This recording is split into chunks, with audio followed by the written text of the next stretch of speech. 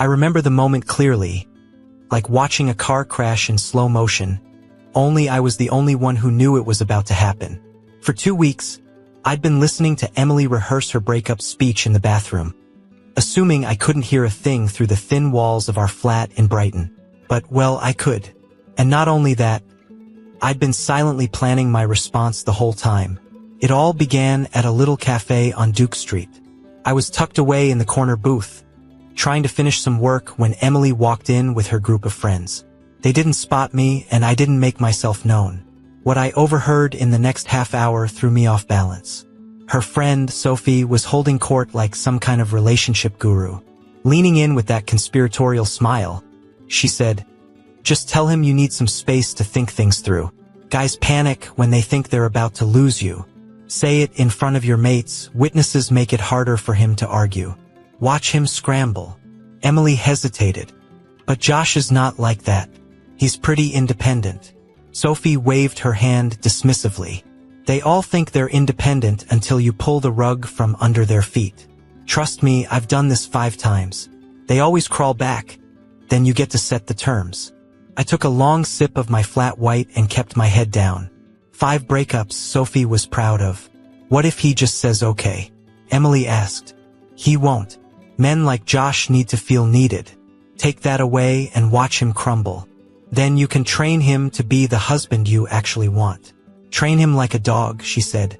I left the cafe without being seen, the weight of what I'd heard pressing down on me. I wasn't angry, just disappointed, painfully clear about what I needed to do next. That night, I looked Sophie up on social media. Her profile was public, and her account, Know Your Worth, had about 15,000 followers. Post after post about relationship tactics, how to make him chase you, how to dominate, how never to settle. Most comments were women eating it up, but scattered among them were people calling her out.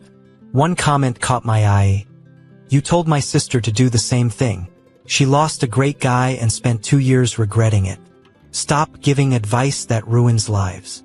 Scrolling back, I found a post from 3 years ago where Sophie wrote about her own breakup.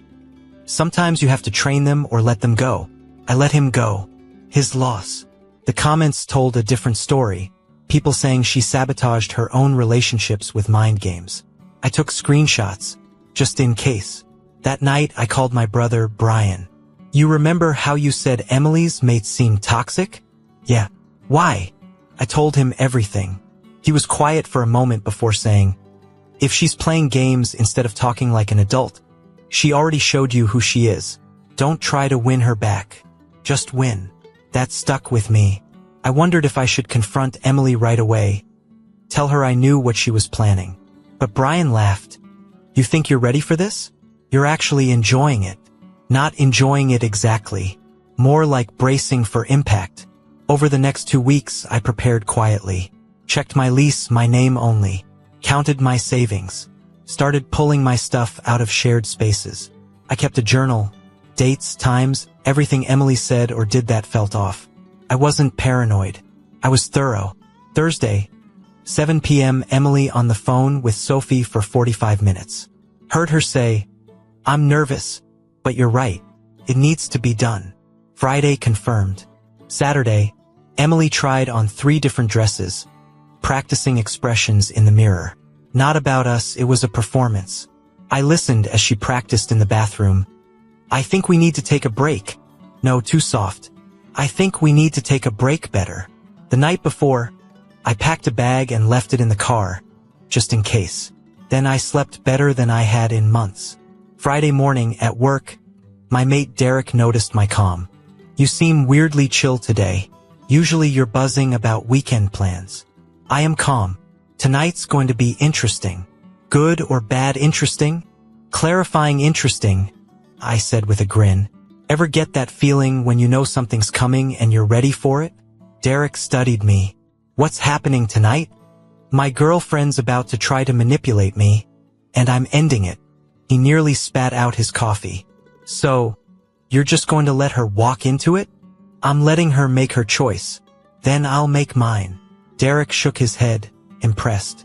"That's cold but fair. Too many people stay in bad situations." "Yeah, well, I'm done with bad situations. That evening, Emily showed up with her entourage. Sophie, Rachel, and 2 others I barely knew. They arranged themselves like judges in my living room. I was on the armchair by the window, beer in hand. Emily sat down, exuding that rehearsed confidence. Sophie gave an encouraging nod. "Josh, we need to talk," Emily began. "I've been thinking a lot about us. I think we need a break." The friends nodded in unison. Sophie smirked. I took a slow sip. "Okay." Silence thickened the room. Emily blinked. "Okay? Yeah, okay. If that's what you want, that's what you'll get." It wasn't in the script. Confusion flickered across their faces. Sophie jumped in. "Don't you want to know why? Don't you want to talk about this?" I looked Sophie in the eye. "I heard the whole plan at Duke Street Cafe 2 weeks ago. You told her to say this, to control me, watch me panic." I turned to Emily. "No, I don't want to talk about it. You want a break based on manipulation? Done. But here's the thing. I'm making it permanent." The room went silent. Emily's face drained of color. "What do you mean, permanent?" she stammered. I stood. "I mean, I'm done. This isn't a break or a pause. It's over." Sophie started to object. "Actually, I can. And I am." I pulled out my phone, showed my lease. "This is my flat. My name's on the lease. You've got until Sunday to get your things out." Rachel's eyes went wide. Emily's voice cracked. "Josh, please. This isn't what I meant." "Let me quote you," I said. "Let's take a break." "That's what you said. Rehearsed for a week, coached by your friend. That's what you're getting. A permanent break." Sophie tried to regain control. "This is toxic behavior." I cut her off. "You coached my girlfriend to manipulate me. You brought a group to my home to witness what you thought would be my humiliation. Now you're surprised I'm not playing along." I looked at each of them. "You all need to leave. Now." They filed out in stunned silence. Emily was the last to go, glancing back with tears in her eyes. I closed the door and locked it. My phone buzzed before I reached the kitchen. Texts from friends of hers apologizing, saying they didn't know the full plan. I replied simply, "You brought witnesses to what you thought was my breakdown. Whether you knew or not, you participated. Don't contact me again." I grabbed my keys and drove to Brian's place in Hove. The calls started coming in, 5 missed by the time I got there. Brian opened the door, took one look at me and said, "Beer." "Yeah." We sat in silence as my phone kept buzzing. At 1:47 a.m., the phone rang for the 14th time. I answered calmly, "Emily, breaks don't come with check-ins. That's not fair." You wanted a break. I'm giving you a permanent one. That's fair. Don't call again." "But I love you." "You don't manipulate people you love. Goodbye." I hung up, blocked her number, and sat in the quiet darkness before heading to bed. Saturday morning came with a muted gray sky hanging over Brighton, matching the dull ache in my chest. My phone buzzed again. A message from Rachel, one of Emily's friends who'd been there that night. "I'm sorry," she wrote. "I didn't know it was going to go like that. Sophie convinced us it was just about making you appreciate Emily more. I feel sick about it." I stared at the screen for a moment before typing back, "Thanks for your honesty. Take care of yourself." Minutes later, Rachel sent me screenshots from their group chat. The messages spilled out like a messy soap opera. "Sophie, he's bluffing. He'll come crawling back by Monday."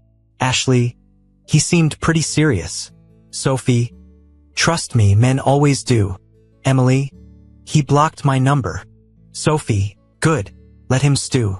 Don't break first." "Rachel, maybe we should have just let them talk alone." "Sophie, Rachel, whose side are you on?" "Rachel, I'm on the side of not playing games with people's relationships." Then Sophie kicked Rachel out of the group. I sighed, shaking my head at the petty drama. Somehow, after everything, it was still about who controlled the narrative. Later, Rachel and I met at Stumptown on Church Road, a cozy little place with exposed brick walls and the smell of freshly ground coffee.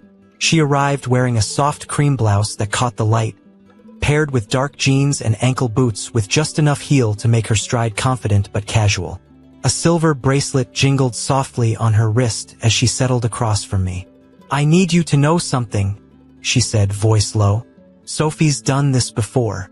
3 other friends, all relationships ended. I think she gets some kind of satisfaction from it." I nodded, swirling the black coffee in my cup. "Thanks for telling me. I'm done with Emily. But this helps me see it wasn't entirely her idea." Rachel's eyes were kind but firm. "Does that change anything?" "No." Emily chose to listen to someone telling her to manipulate me instead of just talking. "That's on her." She smiled sadly, and we sat in a comfortable silence for a moment. That afternoon, Emily showed up at my flat with her parents. The knock on the door was hesitant. I opened it to find her mom and dad standing there, faces tight with worry. Her father spoke first, trying to mediate. "Josh, isn't this a bit extreme? Can't you two work this out?" I looked him in the eye. "Sir, with respect, your daughter staged an intervention with friends to announce a break as a control tactic. When it didn't go as planned, she made 14 calls to me in one night. This isn't about working things out. It's about boundaries." Her mother glanced at Emily. "Is that true?" Emily's tears spilled freely. "It wasn't supposed to be like this." I shook my head. "It was supposed to be me begging. Instead, it's you learning actions have consequences." I helped them load boxes, her books, clothes, trinkets I barely recognized, but kept my distance from Emily. Every time she tried to speak privately, I redirected. Everything that needs to be said has been said. By Sunday evening, the flat felt emptier but lighter. I changed the locks and ordered a cheesy pizza, sitting on the couch in the quiet. The walls bore faint shadows where her pictures once hung. The bookshelf looked half-empty without her novels, but it finally felt like mine again. My phone buzzed, a text from an unknown number. I almost ignored it but checked anyway. "This is Emily's dad. I wanted to apologize. We didn't know what really happened until today. Your response was more than fair. Sorry we questioned you. You're a good man. She made a bad choice." I stared at the message, then replied, "I appreciate that. Thank you." Seconds later, another message. "For what it's worth, we're proud of how you handled yourself. I hope Emily learns from this." I set the phone down, looked around my flat, and let the silence settle in. Tomorrow, I'd take down the pictures, patch the holes, and make this place completely mine. But tonight, I just wanted to sit in the quiet and feel grateful for clarity. A week later, the tension between Emily and me was still thick enough to cut with a butter knife, but life had to go on. Our mutual friends, Amy and Scott, had arranged a picnic at Preston Park weeks before everything fell apart. Neither Emily nor I wanted to back out. No one wanted to be the one hiding. The park was lush and green, early summer dappling sunlight through the oak trees. Families strolled past, kids laughing as they chased after frisbees and balloons. Amy had set up a blanket near the duck pond, with a picnic basket overflowing with homemade sandwiches, crisps, and lemonade. The smell of fresh-cut grass mingled with the faint scent of sunscreen. Emily arrived with Sophie and a lone remaining friend, dressed in a flowing navy sundress that caught the breeze just so, paired with delicate gold hoops that caught the light every time she turned her head. Her hair was pulled back loosely, strands framing her face softly. A subtle, calculated effort to look approachable but still in control. I showed up with Brian and a couple of coworkers, my own casual jeans and a crisp white shirt making me look more put together than I felt. The moment we all saw each other, the air thickened with unspoken questions and awkward glances. Amy, ever the peacemaker, tried to break the ice. "Okay, so none of us knew about the breakup when we planned this picnic. But you're both adults. We can be civil, right?" The conversation was stiff but functional until Sophie started dropping comments loud enough for me to hear. "Some people just can't handle strong women who know what they want." I ignored it, but Brian wasn't so passive. "Is that what we're calling manipulation now?" he said sharply. Sophie stood up, arms crossed, eyes flashing. "Excuse me? You coach my brother's girlfriend to play mind games? That's not strength. It's insecurity." The group went quiet, eyes darting between Sophie and Brian. Emily's face flushed crimson, mortified. Sophie tried to defend herself. I was helping her. I finally spoke, voice calm but firm. You were helping yourself feel better about your failed relationships by sabotaging hers. Amy looked confused. Wait, what's going on? I took a breath. 2 weeks ago, I overheard Sophie coaching Emily and the others at a cafe. The plan was for Emily to announce a break, watch me panic and beg, then use that desperation to control the relationship going forward. They even brought friends to my flat to witness what they thought would be my humiliation. Scott's eyes widened. Seriously? Emily spoke quietly. It wasn't supposed to go like that. It wasn't supposed to fail, I said. But here's the thing about manipulation, I added. It only works if the target doesn't see it coming. Amy looked at Emily.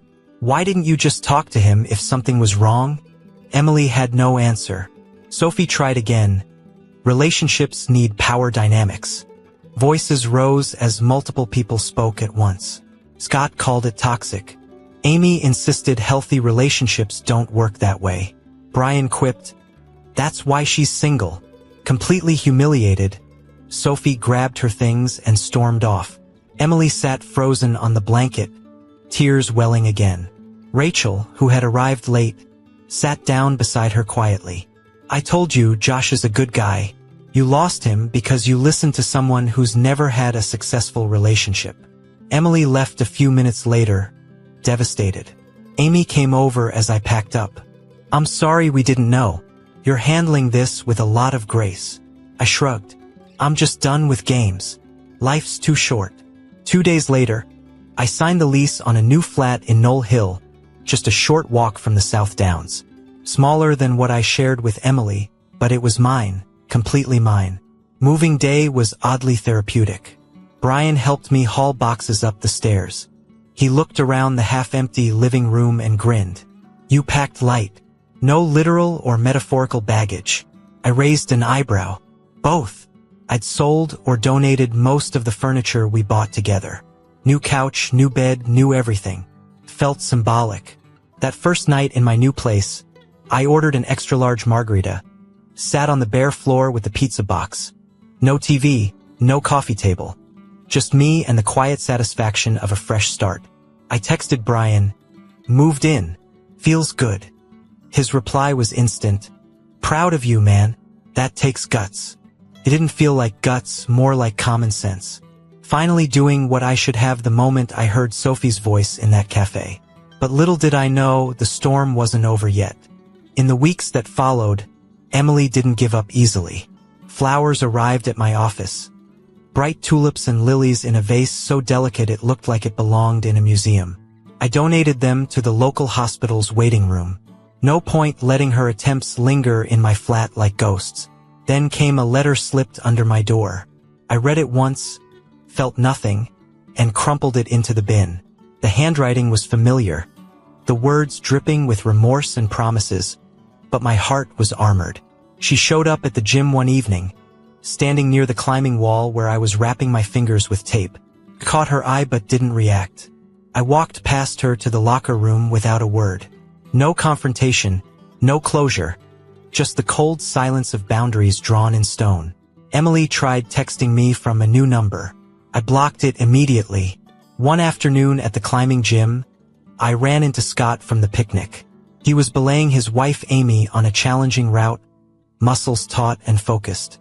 When she reached the top, they both laughed, and Scott spotted me. Josh, hey, didn't know you climbed here. Yeah, just getting back into it, I said, wiping sweat from my brow. We grabbed water in the corner, the conversation easy but cautious. After a pause, Amy joined us, fresh from her climb, cheeks flushed and eyes bright. She looked at me seriously. Emily called me yesterday, crying. Asked if she had any chance with you. I took a long sip of water, steadying myself. What did you tell her? That some things can't be unfixed. She made her choice and now has to live with it.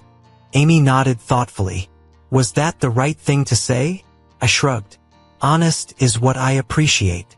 Scott chimed in. For what it's worth, we told the others what really happened. What Sophie did. Most people are on your side. I nodded but shook my head slightly. I'm not looking for sides. Just looking for peace. Amy smiled softly. Looks like you found it. Emily wasn't done, though. She posted cryptic messages on social media. Vague talks about mistakes and regrets. She reached out to Brian, who politely declined to get involved. She tried creating chance encounters at the grocery store near the climbing gym on the bus. I maintained complete boundaries. No engagement, zero contact. Friends began to ask if I was being too harsh. I told them the same thing every time. I'm not being harsh. I'm being clear. She had 4 years to talk to me like an adult. She chose manipulation instead. I'm just respecting the break she asked for. Some mutual friends stopped talking to me altogether, having only heard Emily's side and deciding I was the villain. I didn't fight for those friendships. If they couldn't ask for my side, they weren't the kind of friends I needed. But others reached out privately, people who'd known us both for years. Marcus, a guy I played basketball with, sent me a long text. Man, I heard what really happened. Emily told Rachel, Rachel told Amy, Amy told my girlfriend. I just want you to know that took guts. Most guys would have tried to make it work or gotten revenge. You just stood your ground and walked away. That's strength. Messages like that didn't validate my choice, but they reminded me people could see through manipulation if they bothered to look. Still, the past wasn't done with me. 3 weeks after the breakup, I was jogging near the seafront when I spotted Emily waiting outside my building. She looked different, less styled, more natural. No makeup, hair pulled into a messy bun, wearing a simple gray hoodie and well-worn sneakers. Please, she said, voice trembling. Just 5 minutes. I stopped but kept my distance. 1 minute. She took a deep breath, tears in her eyes. I was stupid. I listened to the wrong person. I miss you. I miss us. Can't we try again? I'll cut Sophie off completely. I'll do whatever it takes. I exhaled slowly, calm but firm. Emily, you didn't just listen to the wrong person. You chose manipulation over communication. You brought witnesses to watch what you thought would be my breakdown.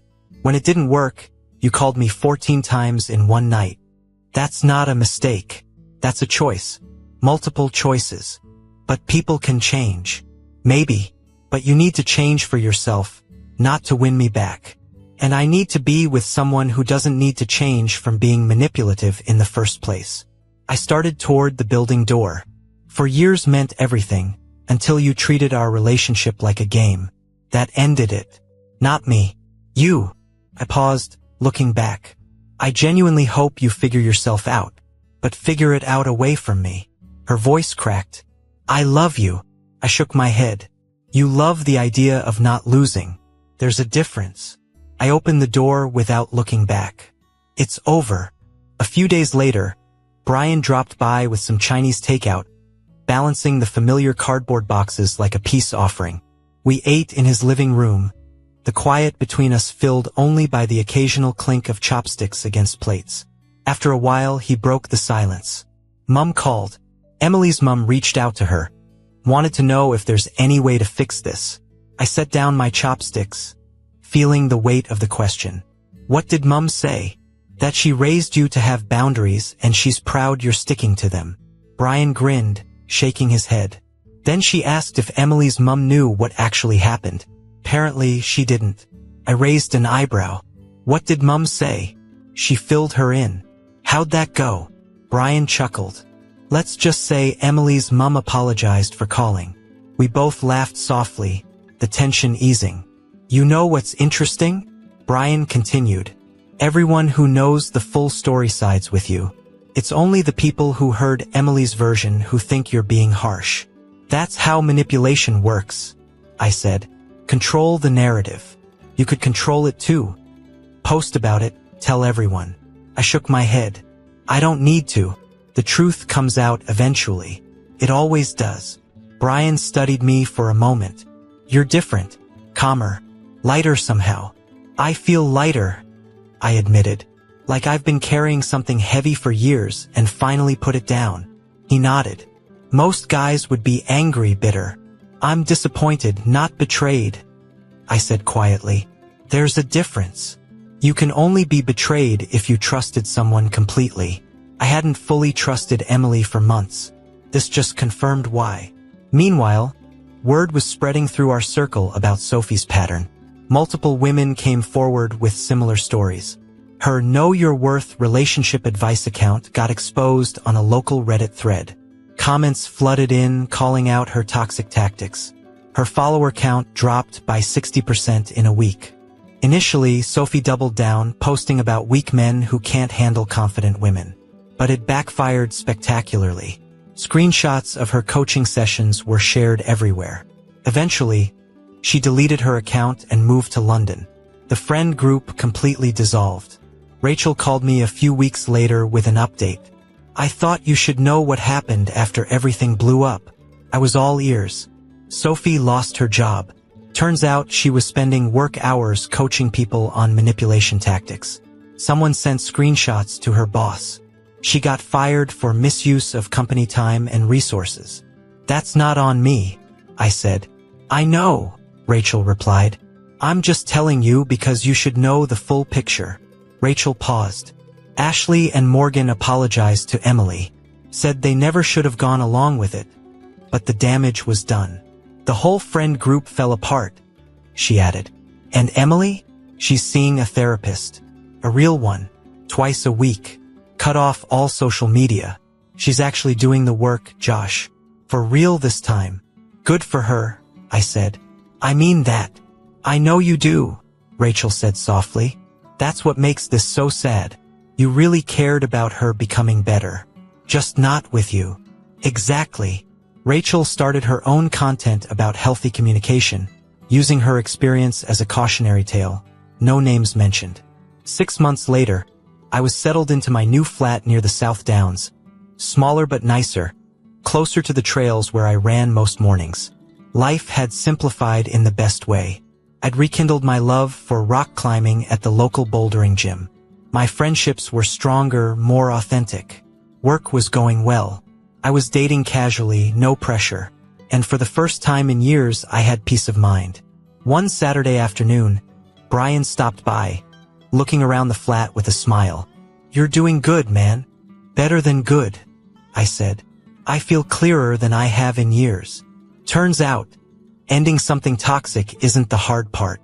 Yeah, the hard part is admitting it was toxic in the first place. There was a knock at the door. Rachel showed up to return a book she'd borrowed. We'd stayed friendly. "Emily's in therapy," she said casually.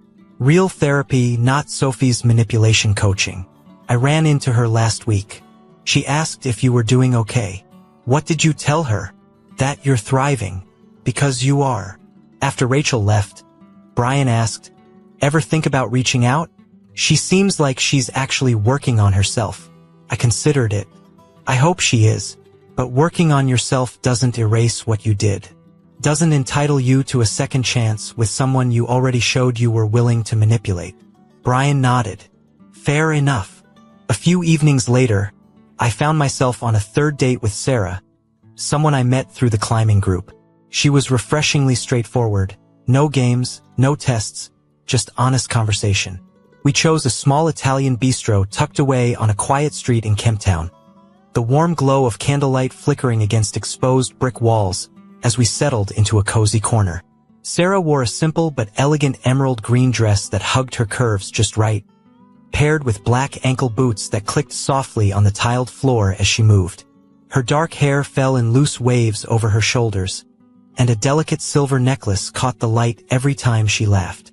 There was a quiet confidence about her, the kind that made me feel I could be completely myself. Over plates of creamy carbonara and fresh garlic bread, she asked about my last relationship.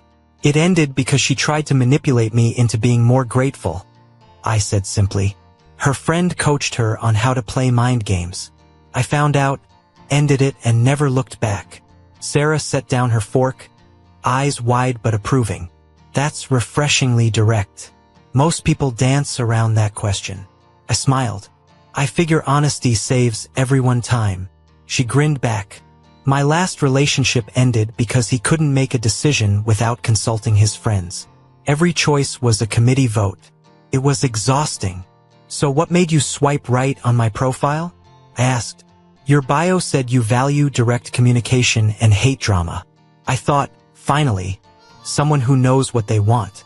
"And what do you want?" "Same as you. Something real. No scripts. No games. Just two people being honest about what they're feeling." I raised my glass. "I can work with that." A month later, I was grabbing a coffee at Pip's Original Donuts on Queens Road when I spotted Emily standing in line behind me. She saw me at the same moment and looked uncertain. I nodded politely. Hey, she said softly. She looked different, less styled, more natural. No heavy makeup, her hair pulled back casually in a loose bun. Her eyes held a vulnerability I hadn't seen in a while. "How are you?" "Good. Really good." It wasn't hostile, just honest. "You're better for it, I can tell." She paused, then said, "I'm sorry. I know I said it through Rachel, but I need to say it to you. I'm sorry for what I did." I nodded. "I appreciate that. I meant it. I hope therapy is helping." "It is. I'm learning a lot about myself. Not great things, but important things." We stood in awkward silence for a moment before she spoke again. "I'm not going to ask for another chance. I know that's done. I just want you to know that you were right about everything, and I'm grateful you didn't let me get away with it." I considered that. People who actually love you don't manipulate you. I hope you find someone who understands that from the start. I hope you found someone who deserves how you show up. Working on it. We got our orders and exchanged polite goodbyes. As I got into my car, I realized I felt nothing. Not angry, not satisfied, not sad, just neutral. That's when I knew I'd actually moved on. That evening, I sat on my balcony overlooking the twinkling city lights. Brian's words from months ago echoed in my mind. Asterisk, don't try to win her back. Just win. Asterisk. I hadn't won by being cruel or vindictive. I won by refusing to play, by maintaining boundaries, by choosing self-respect over comfort. Emily might become a better person. Sophie might never change. The friend group might remain scattered. But none of that was my problem anymore. I texted Sarah, the woman I'd been seeing for a few weeks, someone who communicated directly and valued honesty. "Still on for tomorrow?" She replied immediately. Asterisk, absolutely. Looking forward to it. Asterisk. No games, no manipulation, just straightforward interest. I smiled, finished my coffee, and headed inside. Sometimes the best revenge isn't revenge at all. It's simply refusing to accept manipulation as normal and building something better without the person who tried to control you. The break Emily asked for became permanent, and I'd never been more okay with anything in my life. But just as I settled into this new chapter, a message popped up on my phone from an unknown number. It read, Asterisk, you haven't heard the last from Sophie. Asterisk. The calm was about to shatter again. It was a quiet Tuesday evening when my phone buzzed with that ominous message. You haven't heard the last from Sophie. I stared at the screen, the words lingering like a shadow I thought I'd left behind. Brighton's usual hum from the street below felt distant, as if the city itself was holding its breath. I deleted the message, hoping to dismiss it as a prank. But Sophie's name carried weight. The woman who'd systematically pulled strings behind the scenes, weaving manipulation like a spider spinning its web. I knew better than to underestimate her. The next day at work, the familiar hum of the open plan office was shattered by a group chat notification. It was from Rachel. Her message was terse. Sophie's back, trying to contact Emily and a few others. I leaned back in my chair, rubbing my temples. Just when I thought the storm had passed, the clouds were gathering again. That evening, I met Brian at our usual pub in Hove. The dim lighting flickered over his concerned face as I told him about the message. Looks like Sophie's not done stirring the pot, he said, taking a long sip of his lager. You ready for round 2? I shrugged. I don't want to be, but I'm not going to let her drag me back into that mess. Over the next few days, more messages from anonymous numbers popped up on my phone. Cryptic threats, half-truths about the past, hints that Sophie was threatening to expose personal details about Emily and me. The irony wasn't lost on me. The puppeteer now trying to pull me into her game. One afternoon, I ran into Amy at the climbing gym. She was mid-route, graceful and focused, her hair tied back in a messy ponytail that revealed a streak of silver I hadn't noticed before. "Hey Josh," she called down after finishing her climb. "You look like you're carrying the weight of the world." "Feels like it sometimes," I admitted. "We've heard Sophie's been stirring up trouble again," she said quietly. "Emily's trying to keep her at arm's length, but it's hard." I nodded. "I'm keeping my distance, but Sophie's like a bad penny." Amy smiled sadly. "She always comes back." That night, back in my flat, I sat down and started documenting everything. Every message, every call, every suspicious encounter. I wasn't going to be caught off guard again. As I compiled the evidence, my phone buzzed with a new message from an unknown number. Asterisk, careful who you trust. Not everyone is who they seem. Asterisk. I froze. Who was watching? And what was the real game this time? The calm I'd fought so hard to build was slipping through my fingers. But this time I wasn't alone. Brian was just a call away, and I was ready to face whatever Sophie threw next. As I stared out over the city lights, the question hung heavy. How deep did her web really go? The answer would come soon enough. And when it did, nothing would ever be the same. The following morning, I woke to an email that made my stomach twist. A carefully crafted message from Sophie's new account. No threats this time, just a cold, calculated reminder. Asterisk, remember, Josh, every story has two sides. Are you sure you know the whole truth? Asterisk. I stared at the screen, the words echoing in my mind like a sinister whisper. It was a challenge, and Sophie knew exactly how to provoke me. I forwarded the email to Brian, who responded almost instantly. She's playing a dangerous game. Stay sharp. Determined not to let her rattle me. I spent the day focusing on work, but the nagging feeling of being watched lingered. Every time my phone buzzed, my heart skipped a beat. That evening, Sarah and I met for dinner at a quiet bistro in Hove. She wore a soft lavender blouse that complemented her warm smile, and her eyes held that steady calm I'd come to rely on. Over plates of roasted chicken and seasonal vegetables, I shared the latest developments. "She's resurfaced," I said, voice low, trying to sow doubt, make me question everything. Sarah reached across the table, her hand brushing mine. "Don't let her get to you. You know the truth. You lived it." Her words grounded me, but the unease didn't fade entirely. After dinner, we took a walk along the seafront. The salty breeze tangled our hair as the sun dipped below the horizon, painting the sky in fiery hues. "Are you scared?" Sarah asked softly. I hesitated. Not scared, more tired. Like this drama keeps pulling me back when I'm trying to move forward. She squeezed my hand. "You're stronger than you think, and you're not alone." The next day, I received an unexpected call from Emily. Her voice was tentative, guarded. "Josh, I wanted to warn you. Sophie's been reaching out to some of our old friends, spreading rumors. She's trying to isolate me, and maybe you too." I ran a hand through my hair. "Sounds like she's trying to drag us both back into her mess." Emily sighed. "I'm sorry you have to deal with this. We're in this together," I said. "We'll handle it." Over the next week, the harassment escalated. Anonymous messages, fake social media accounts popping up, even a strange package left at my doorstep.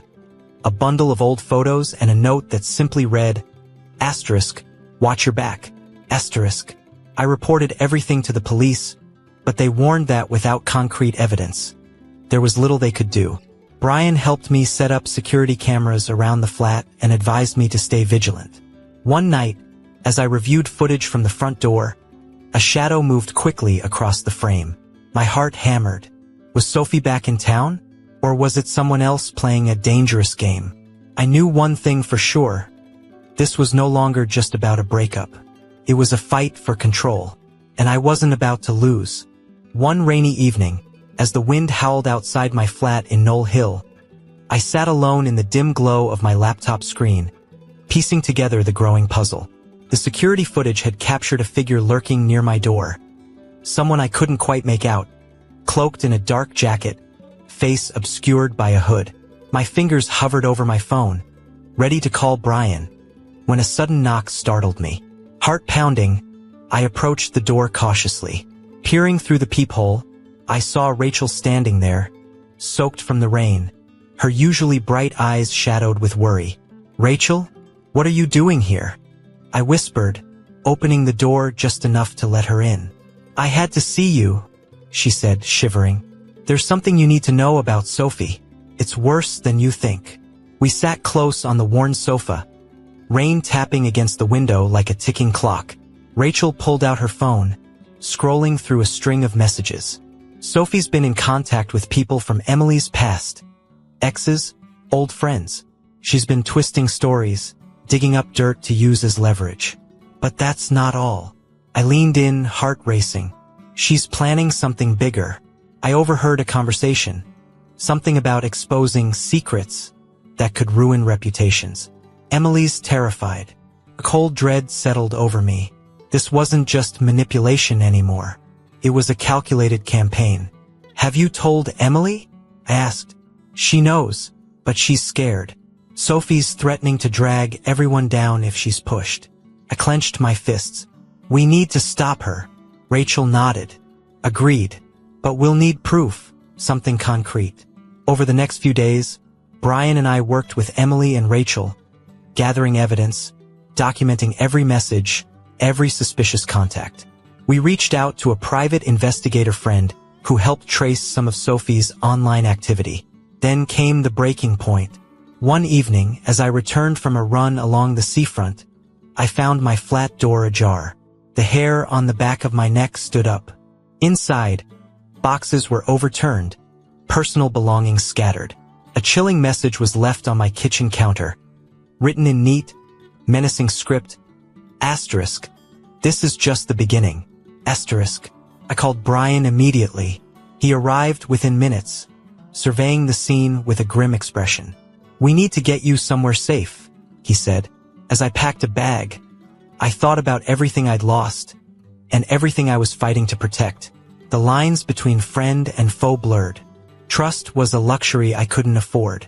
And Sophie? She was no longer just a toxic ex-friend. She was a storm I had to weather. But storms pass. And when they do, the landscape is never the same. The question was, would I be standing when the clouds finally cleared? Because one thing was certain. Sophie's game was far from over. Brian's spare room became my temporary refuge, a quiet sanctuary away from the chaos that had invaded my life. The walls were lined with shelves of books and the faint scent of pine from the open window. Despite the calm, every creak in the house made me jumpy. Every notification on my phone a potential threat. Emily called that evening, her voice steady but tinged with exhaustion. "We're stronger together, Josh. Sophie's tactics are desperate. She's running out of moves." I nodded, even though she couldn't see me. "We'll get through this." Days later, the private investigator delivered a breakthrough. Sophie's online activities had been traced to an address in a neighboring town. The police were involved, and a restraining order was in the works. Relief was tempered by the knowledge that the real battle was just beginning. One rainy afternoon, Brian and I sat in a cafe, strategizing the next steps when Sarah joined us. Her presence was a bomb, a reminder that not all relationships were built on games. She reached across the table, squeezing my hand. "You're not alone in this." I smiled, grateful. Weeks passed. Sophie's harassment faded, the legal wheels turning steadily. Emily continued her therapy, rebuilding herself piece by piece. Rachel's efforts to rebuild trust within our circle brought a cautious optimism. One evening, as I returned to my flat, the city lights sparkling beneath a velvet sky, I found a letter slipped under my door. The handwriting was unfamiliar. Inside was a simple note. Asterisk, truth has a way of coming out.